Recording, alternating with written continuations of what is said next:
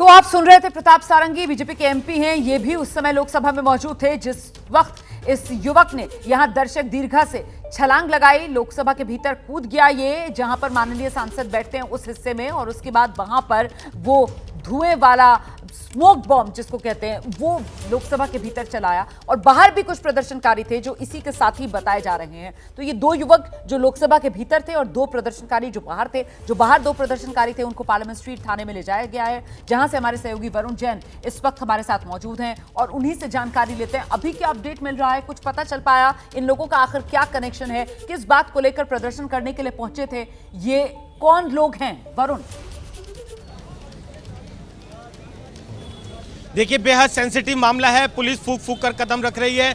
Parliament street थाने के बाहर ही मौजूद हूँ। जो आला अधिकारी हैं वो खुद यहाँ थाने पर पहुँच गए हैं और दोनों जो आरोपी हैं उनसे पूछताछ कर रहे हैं। बेहद गंभीर मामला है। किस तरीके से ये स्मोक स्टिक को, स्मोक गन को पार्लियामेंट के नज़दीक लेकर जाने में सफल रहे और कौन कौन लोग इनके साथी थे, जो पार्लियामेंट के अंदर शख्स मौजूद है उससे इनका क्या कनेक्शन है, क्योंकि जैसा हमने पहले भी बताया पार्लियामेंट के अंदर जो हंगामा करने वाले थे वो फिलहाल अभी जो पार्लियामेंट की सिक्योरिटी है उनके पास है। पार्लियामेंट की सिक्योरिटी उनसे पूछताछ कर रही है और जल्द ही दिल्ली पुलिस को उन्हें हैंडओवर किया जाएगा और उसके बाद इन सब का जो कनेक्शन है वो एस्टेब्लिश हो पाएगा। किस मकसद से यहाँ पर पहुंचे थे, किसने इनको यहाँ पर भेजा था, स्मोक स्टिक कहाँ से खरीदी, कैसे उसे अंदर ले जाने में कामयाब रहे, क्या इनका मकसद था, क्यों ये नारेबाजी कर रहे थे, क्योंकि जिस तरीके से आज का दिन भी बेहद सेंसिटिव हो जाता है। आज ही के दिन 13 दिसंबर 2001 को पार्लियामेंट पर हमला हुआ था और उसी सेम तारीख पर इस तरीके से पार्लियामेंट के अंदर स्मोक स्टिक लेकर पहुंच जाना, ये अपने आप में मामले को और भी ज़्यादा सेंसिटिव कर देता है। कहीं ऐसा तो नहीं इनका किसी तरह का कोई आतंकवादी कनेक्शन था, क्या कहीं ऐसा तो नहीं कि सेल्फ रिडिकुलाइज से, ऐसे कई सवाल है रुमाना जिनके अभी जवाब पुलिस जानना चाहती है।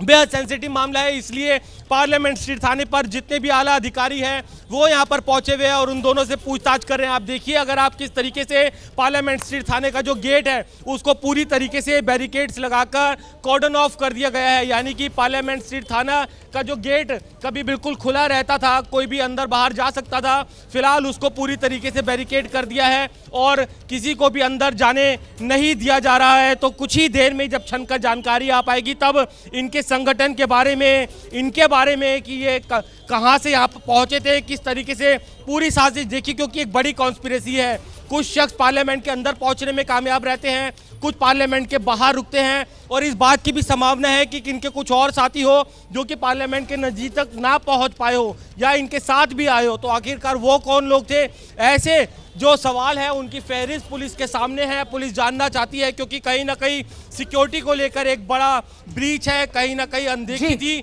जिसके चलते इतना बड़ा प्रोटेस्ट करने में, इस तरीके से स्मोक स्टिक को अंदर ले जाने में कामयाब हो गए। तो कुछ पलों का, कुछ मिनटों का इंतजार जरूर माना करना पड़ेगा जिससे हमें जानकारी मिल पाए कि जो दोनों शख्स नीलम और जो शिंदे थे ये कौन लोग हैं, किस तरीके से इनके कनेक्शंस आगे हैं, किन किन लोगों के संपर्क में थे, कैसे। बिल्कुल जाहिर सी बात है, ये सुरक्षा में इतनी बड़ी चूक का मामला है कि इस खबर के बाद देश दहल उठा है कि हमारे लोकतंत्र का मंदिर, जो देश की संसद है, वो भी पूरी तरीके से सुरक्षित नहीं है और ऐसे में संसद की सुरक्षा को लेकर यकीनन और मुस्तैदी की जरूरत इस घटना ने इस दिशा में चेताया है।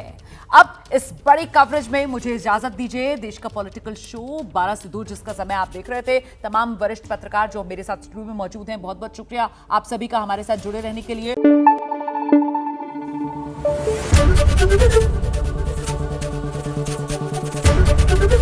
एबीपी न्यूज आपको रखे आगे।